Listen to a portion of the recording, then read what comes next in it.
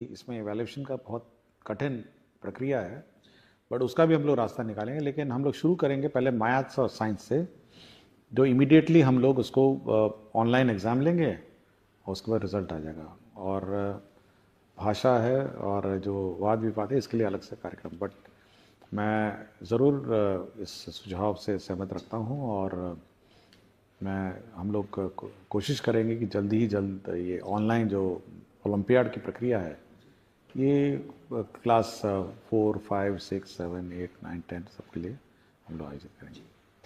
Thank you so much sir. एक बच्ची प्रिया कुमारी जो 7वीं में पढ़ती है, उत्क्रमित मध्य विद्यालय धर्मपुर नालंदा से है। इसने सवाल पूछा है सर कि स्कूल का संचालन फुल डे है, जिसके कारण यूनिफॉर्म की सफाई, स्कूल बैग, जूतों की सफाई एवं बाल और नाखून की कटाई का पर्याप्त समय नहीं मिल पाता है, जिसके कारण कभी कभी गंदा यूनिफॉर्म या नहीं सूखने के कारण गीला यूनिफॉर्म ही पहनकर स्कूल जाना पड़ता है। क्या शनिवार को स्कूल का संचालन पूर्व की बात ही हाफ डे नहीं हो सकता है? देखिए, हाफ डे का तो समस्या है क्योंकि आरटी में हमको एक सप्ताह में कितने घंटे पढ़ाने हैं ये निर्धारित है। और यदि बच्ची को ये समस्या है, ये समझता हूँ क्योंकि जब भी मैं किसी विद्यालय में जाता हूँ तो बच्चा बोलता है कि मैं पूछता हूँ कि क्यों यूनिफॉर्म नहीं बना, सर वो गीला हो गया, पीछने के लिए डाल दिया जी। तो ये समय समय पे कौन पीछने के लिए डाला है और कौन जानबूझ के यूनिफॉर्म में नहीं आया है, इसका हमेशा डाउट रहता है। तो अगर धोने का ही समस्या है, पीछने का ही समस्या है, तो हम शनिवार को कम से कम एक दिन नॉन यूनिफॉर्म डे रख सकते हैं। हेडमास्टर ये अपने स्तर पर ये डिसाइड कर सकते हैं कि शनिवार को नॉन यूनिफॉर्म डे रखें, जब बच्चे की माता या सब लोग अपना कपड़े धुलाएंगे और 2 दिन में तो सूख जाएगा, प्रेस भी हो जाएगा, और मंडे को फिर 5 दिन यूनिफॉर्म रखेंगे।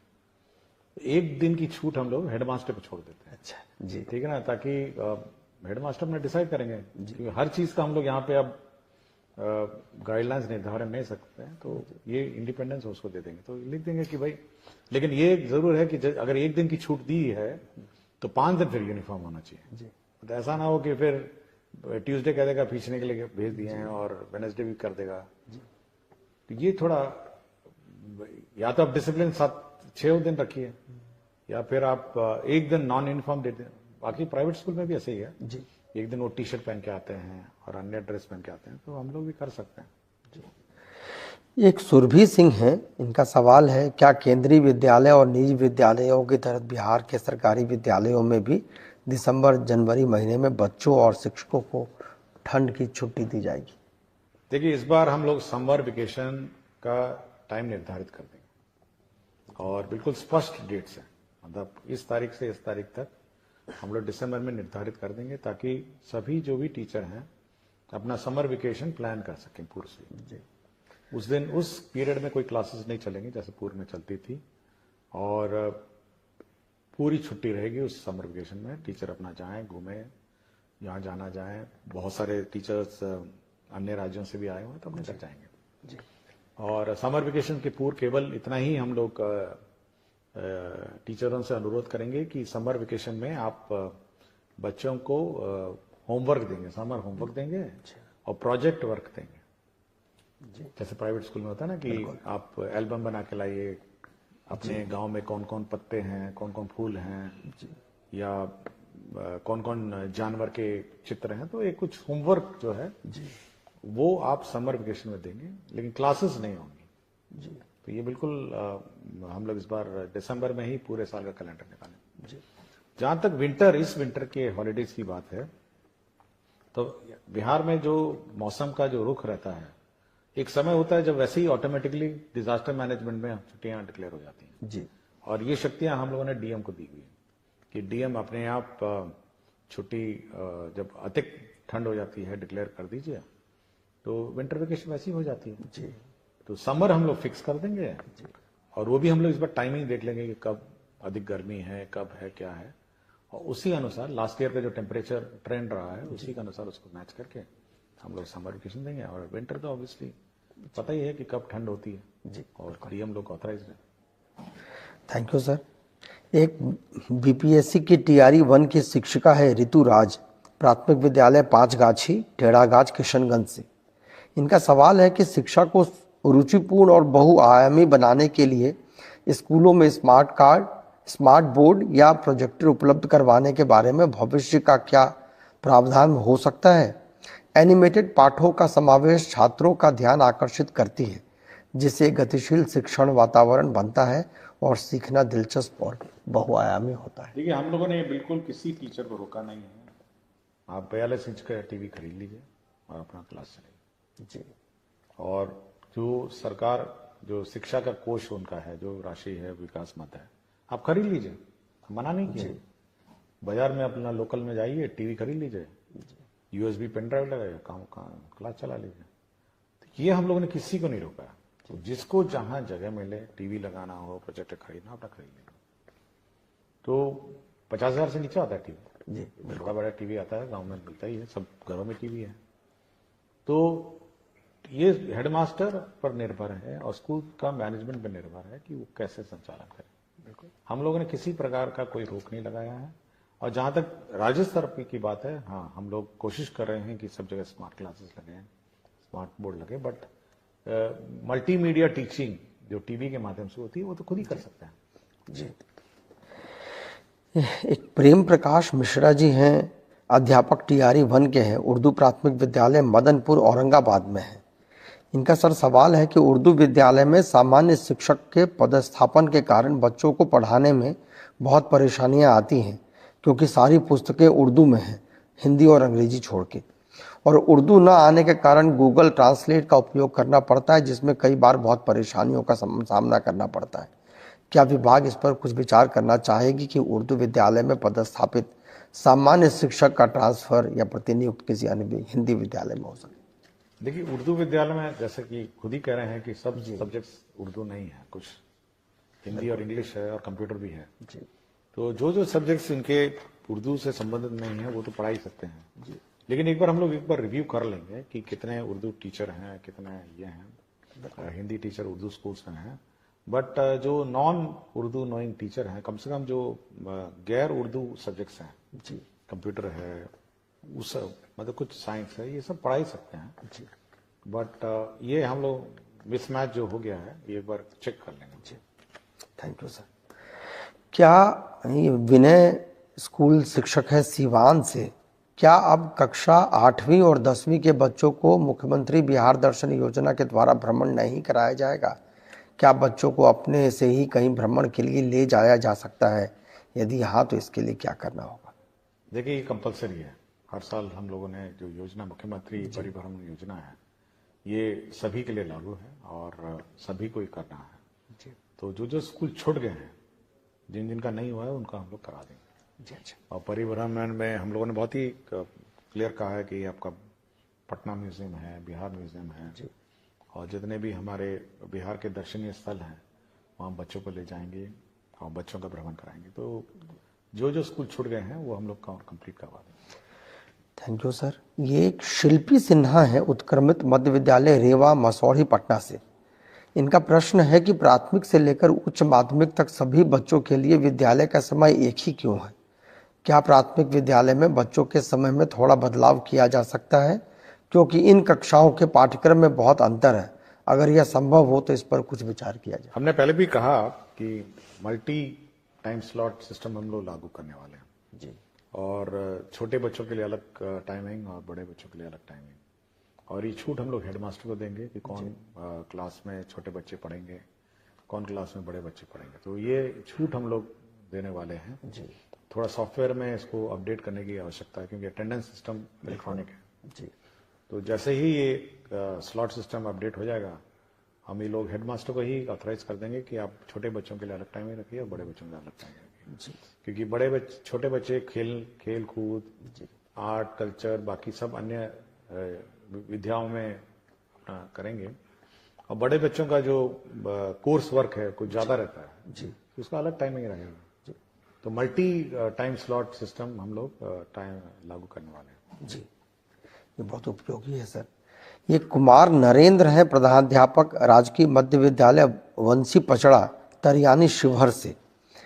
इनका है कि सभी प्राथमिक और मध्य विद्यालय में एक कक्षा अलग से ब्रिज कोर्स का पूरे दिन चलाया जाए, जिसमें अधिकतम 20 चयनित बच्चों को 6 माह में निर्धारित लक्ष्य को प्राप्त कराकर उम्र सापेक्ष कक्षा से जोड़ने का कार्य किया जाए। यह कार्य उच्चतम कक्षा से करते हुए क्रमशः नीचे की कक्षा तक लाया जा सकता है और पूरे साल यह कार्य किया जाए, क्योंकि कई कारण से कुछ बच्चे पढ़ाई में सामान्य रूप से प्रगति नहीं कर पाते हैं और सामान्य कक्षा में उन पर व्यक्तिगत ध्यान देना शिक्षकों के लिए संभव नहीं हो पाता है। इस संबंध में विभाग की क्या योजना है? इसमें हम लोगों ने मिशन दक्ष चलाया और करीब 8 महीने इसको हम लोगों ने चलाया और अब देखोगे टाइम टेबल में लास्ट टाइम मिशन दक्ष का भी टाइम स्लॉट था, लेकिन ना ही बच्चों ने रुचि लिया ना टीचर ने रुचि लिया जी। और क्योंकि जब सारे बच्चे चले जाते हैं बच्चे रुकते नहीं, तो इसलिए मिशन दक्ष जो है उस टाइम स्लॉट में चलाने। और इस बार जो टाइम टेबल जो हम लोगों ने इशू किया है उसमें मिशन दक्ष का टाइम टेबल नहीं है। उसमें अब देखेंगे कि 3-15 के बाद रेगुलर क्लास ही है, बट मिशन दक्ष के लिए अलग क्लास नहीं है।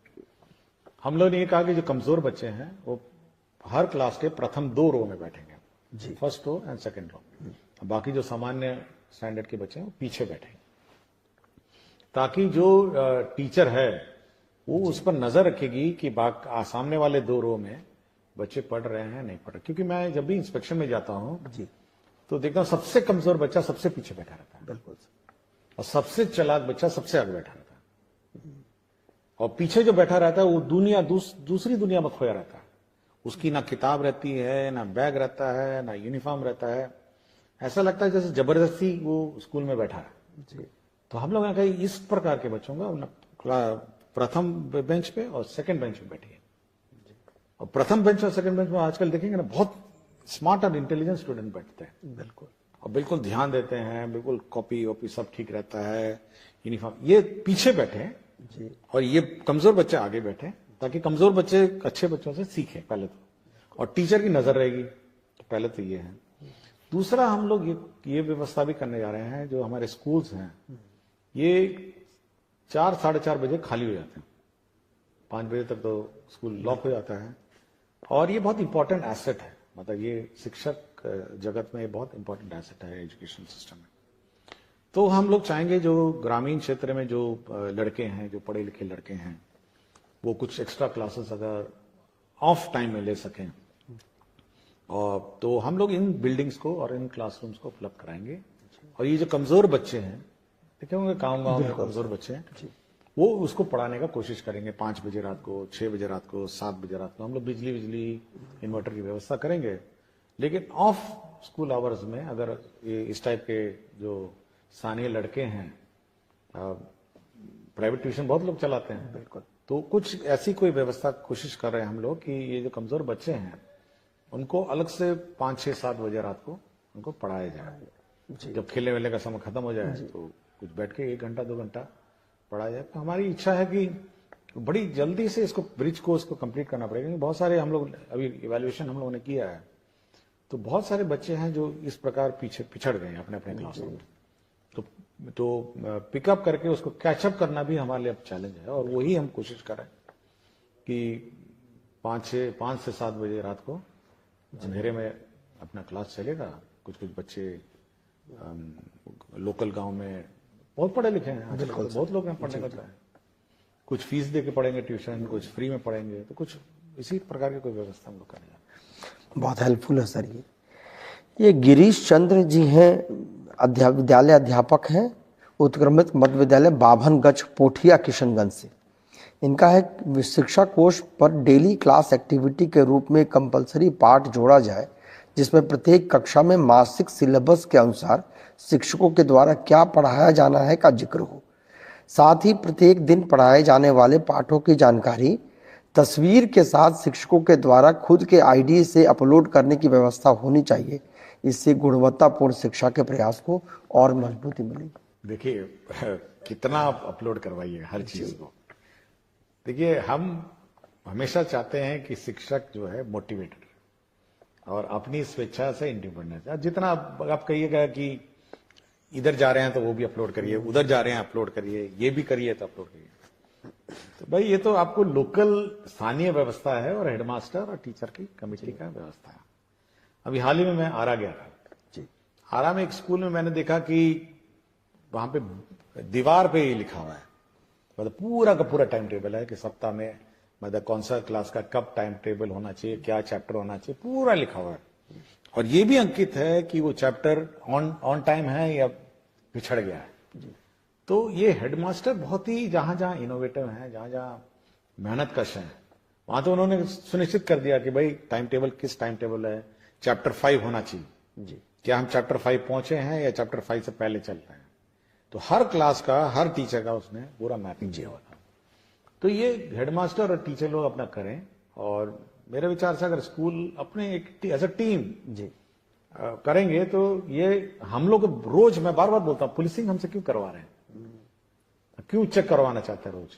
आप अपनी टीम है, आपका बच्चा है, पढ़ाइए ना, बिल्कुल सब छूट आपको दी हुई है, आपको समय भी निर्धारित है।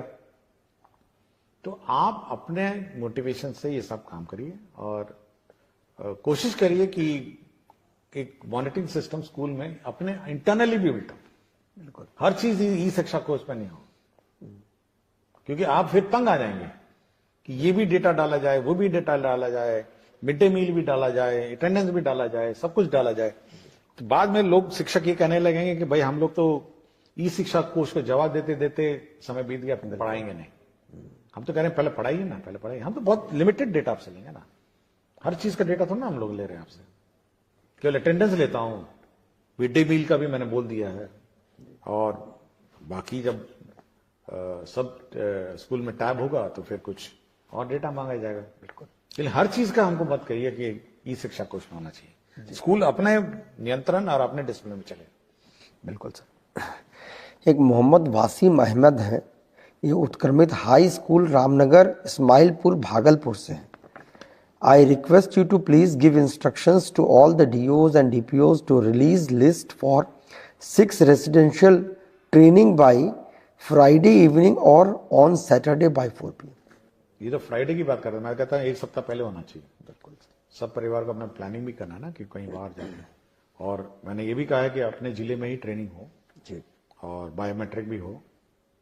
तो मैं चाह रहा हूँ, मैं कोशिश में हूँ कि सभी जो ट्रेनिंग है उनके अपने जिले में होंगी, और एक सप्ताह पहले कम से कम एडवांस सूचना होनी चाहिए। बहुत अच्छा।